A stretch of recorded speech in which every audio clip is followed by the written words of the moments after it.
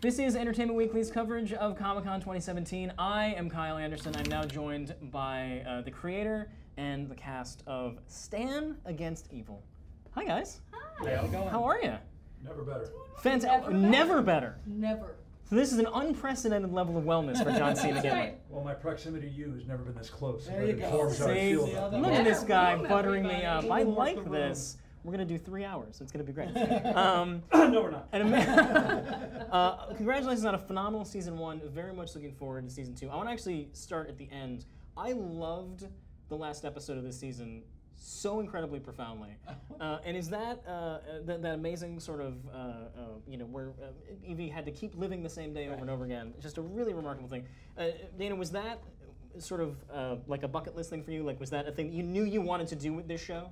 Yeah, I would. When we got the opportunity to do the show, it allowed you to tell all these little stories that you always wanted to do, and I loved the idea. It was originally an idea I had for a movie that it turned into an episode of the show, which is basically somebody trapped in a real-world video game, and then every time they made a mistake, they would have to go back to the beginning of the game, but then knowing the mistake they made last time, go a little bit further.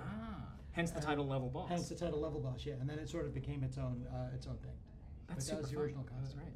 And so for you guys, having to do all those takes over and over again, like was that a particular challenge acting-wise? I thought the way Dana laid it out in the script, you had to just connect the dots. It was so clear, the trajectory of each character in Dana's piece, that if you did your homework and you hewed to the path that Dana had already cut for us, you were golden. Yeah, nothing to worry about. Nope. You had the same experience, Jen? Well, we also shoot so much stuff out of order that Right. I don't know, it kind of wasn't any different than any other day in some senses, just because we just have to work fast and furious on all of the we We do sometimes 8 we jump episodes around in a 4 lot. weeks and 4 days. That's madness. Yeah. Preposterous. Some would say it is. Some would say it Wow. is. But we It's a thrive on it. It's a production schedule that was begun by a studio called Vivid, Mm. and they were able to produce motion pictures in a short amount of time. Wow. And still works, clearly. Apparently. But not without, of course, grueling professionalism. And so I imagine that you guys really have to show up coming to play. Like, John, you must have had the Stan character fully realized day one, right? Like, was he in your bones in episode 1? No, but Dana provided me with the 8 episodes early enough so I could rehearse it like a play, so that when we did shoot out of sequence, which we do, I could plug in it at least chronologically, and then Dana would tweak it, and we'd stay very much on the exact right frequency. But I rehearsed both seasons like a play, and it allowed me to plug in wherever Dana wanted us to. Yeah. The role of Stan is based on my dad, and my dad's 87 years old, so he's not as athletic as John. The role of Evie was based on Janet, so that was cooked. Good thing she said yes. Somehow he saw me as a demon-fighting sheriff just in our friend lives. I'm not sure about that. Thank you, I Yeah, guess. That's I a know. compliment, right? I mean, yeah. She spent years fending me off. I knew she had it in her. Ooh. And so with John, it was sort of like this thing. Like, it was really the first time like I kind of had this character and I kind of gave it to somebody. Like, okay, this is what I think, but see what you can do with it. And the beautiful thing about it is John brought his own sort of quality to it. It became a different character and much better than what I had envisioned. Much more athletic, much more involved in stories, and it was one of those great things where, a TV show or a movie or a play, it's an organic thing, and it has its own life, and that you have to be open to letting everybody bring what they bring to it, and it creates a much greater whole. I keep waiting for you to say at the end of one of those statements, sadly, Janet's portrayal of based on herself is what really tanked. Like, somehow, that feels like the butt in that situation. No way. Janet really let you down, right, Yeah. Dana? Like, Just not you enough. Evie was based on Janet, which is why the the inability of that character to translate has been such a profound embarrassment. And so, I mean, Janet, in your own life, do you get vomited on a lot? Do you get tied up a lot? Like, Constantly. Those are the personal things that Dana put in the role, right? Constantly. He took all of my hobbies and he turned them into. Yeah, and now it's wonderful TV. That's great. Yeah, I'm very lucky. Write it apart for your friends and then torture them. That's right. Yeah, he's had levels of guilt about the writing he's done that he didn't even know were possible. Are there a lot of apologies on this show, Dana? Is that what happens? Yeah, I sincerely. We were in the first season. It was like 3 a.m. We were in a swamp in Georgia, and Mick Ignis, who's one of our stunt actors who's portraying the demon at the end, had a hose attached to him, and they were pumping black goo all over Janet, and I literally just remember walking up and going like, I'm really, really sorry about this. It seemed such a good idea when I was writing it in my kitchen. You know, sitting a beautiful sunny day, cup of coffee, dog sitting by me. Oh, that's funny. And then the demon throws up on her. Yeah. And then it turns out the sheer torque of the power of that tube, it projected so intensely that not only did it go up my nose, it went down the back of my shirt and down to my feet. Yeah. And I was lying down. We basically I kid you not. Every open space, it just went, and then as I stood up, I was like, why are my socks already wet? Yeah. Wow. There was and what was that goo? Like, was it just industrial food thickener? Wow. Yeah.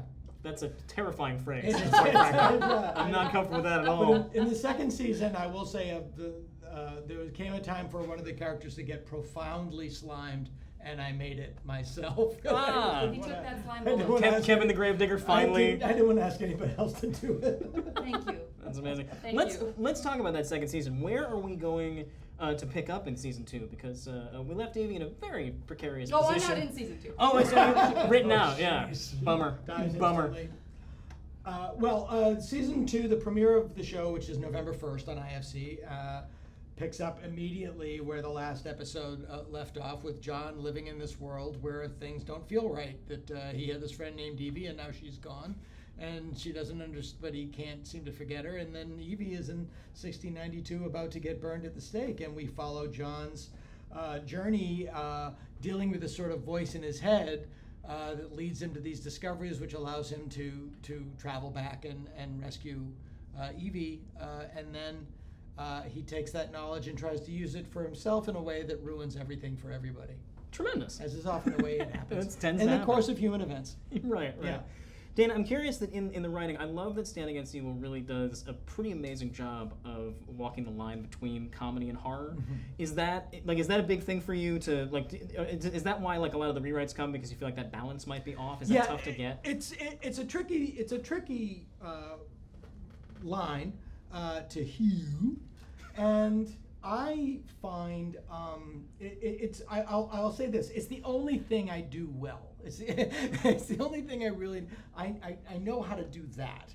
I'm a comedian, and I like to think I'm pretty funny, and then but I also love horror movies, and I have a sense of where the balance is in this show, in this world for these characters. I kind of know how far to push, where not to push. I have a couple rules.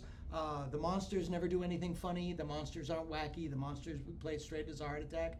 And 9 times out of 10, the people are funny because they're just playing genuinely funny people. But they're funny in a real way, so the air is held in both balloons. You know, the tension of the horror is still there, and the people can be funny in relation to the monsters because the people are sincere, and then the monsters can be scary because they're also sincere. They're not wacky monsters, and they're not. So it's just maintaining that balance. Yeah, and so does then that make it easier for you to still be funny while you're being covered in goo or being chased by whatever? Yeah, I think so. I mean, Dana knows this, and I think I've said this to Johnny too, is when I'm working on that show, I don't feel like I'm working on a funny show. I laugh my ass off camera. We joke around all the time. We have tons and tons of laughs, but I don't have the sense like I do when I'm working on a comedy, when I'm actively aware and trying or playing a really funny character in some kind of unrealistic way, which is still super fun, and I love doing that. But this is like real acting work. I know that sounds crazy because we have slimy pig demons, but it's it's hard, great work, and you really have to show up and be real, I think, or it just kind of falls apart. Well, and if I could pay John C. McGinley a compliment, that moment right at the end of that last episode where you say something's not right is like the most perfect thing that I've seen in a long time. Like, it's just a wonderful thing, and that it builds so incredibly well, and that's from a guy who knows who's in it. You're gonna love season 2. Yeah, you're gonna I'm very excited now. Yeah. Are we gonna get? That up with you now. Are we going to learn more about Willard's Mill in season 2? Is there more weird history? Yeah, we actually, you not only you learn weird history, you see weird history, and then my idea for, well, we'll get to season 3. I have a good idea. But yeah, and what I found that was surprising to me, my original concept of the show was very simple. What if I took a horror movie and put my dad in it? Period. The horror movie is still going on, but everybody has to deal with my dad, and my dad wouldn't give a shit if he was fighting a monster. He doesn't care. And that was basically Your dad sounds awesome, by the way. Joke, my brothers and I used to have a joke when we were kids that if our dad was one of the planes fighting King Kong, that he would fly away to check the baseball score during the flight, and then check back in. Fly up to the Bronx. Yeah, then fly away, get the score, come back. Like, wouldn't really care.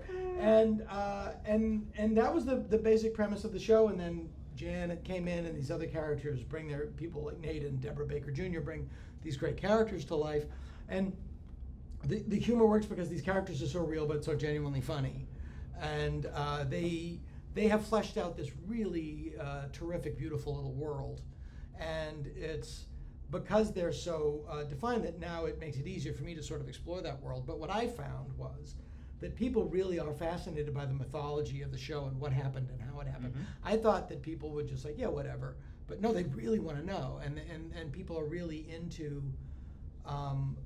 The reviews would be like the episode of the pig demon.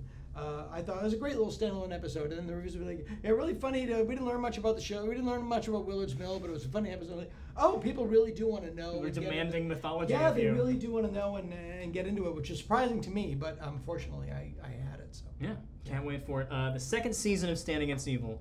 November 1st on IFC. November 1st on IFC. Fantastic. You can Tune have your in. candy from Halloween. Still have most of it, just the next day. Or steal some from kids and watch our first season, That's a because good that's going to plan. be marathon. Get yourself a bag. And you can get yourself On ready Halloween? for season 2. Or on see this Halloween. marathon on Halloween, and the second Fantastic. season premieres November 1st. So do it. Watch all that. Yeah. And stay tuned for more great Comic-Con coverage right here at EW.com.